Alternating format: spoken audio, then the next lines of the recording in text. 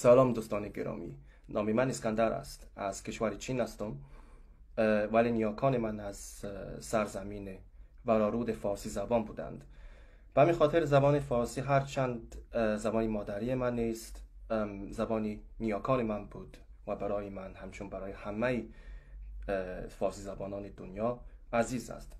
امروز روز جهانی زبان مادری است و به این مناسبت برای همه شما دوستان فارسی زبان گرامی تبریک میگم و همچنین برای همه شما یک تحفه پیشکش می نمایم.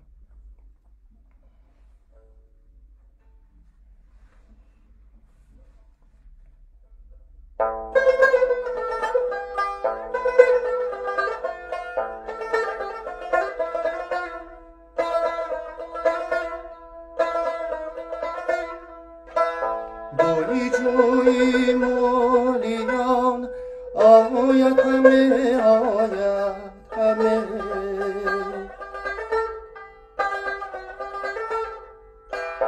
باری جوی مولیان آید همه آید همه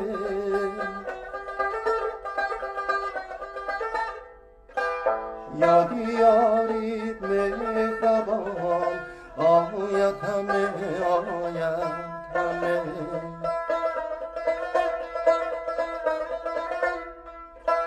ریگی و موی درشتی های او های او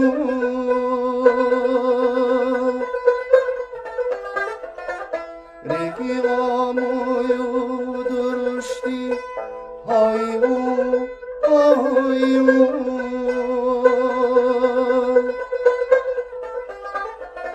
زیر پایم پرنیام آید همه آید همه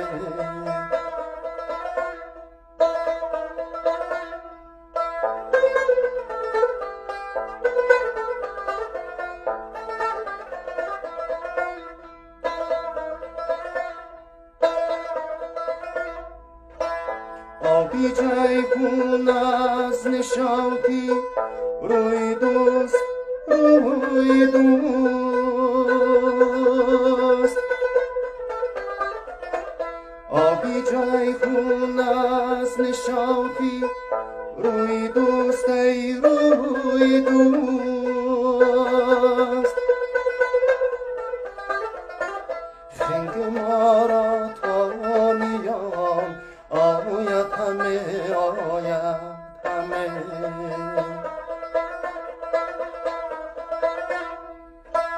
ای بخارا شاد باشو درزی درزی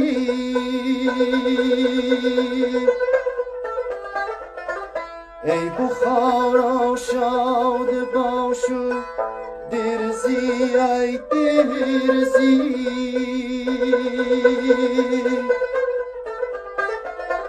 میرزی تو شادمان آید همه آید همه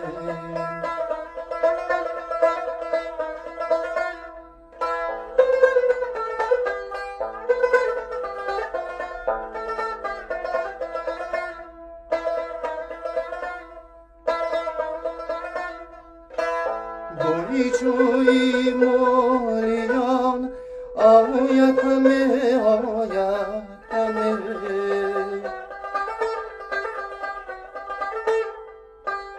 یادی یارید مهربان آید همه آید همه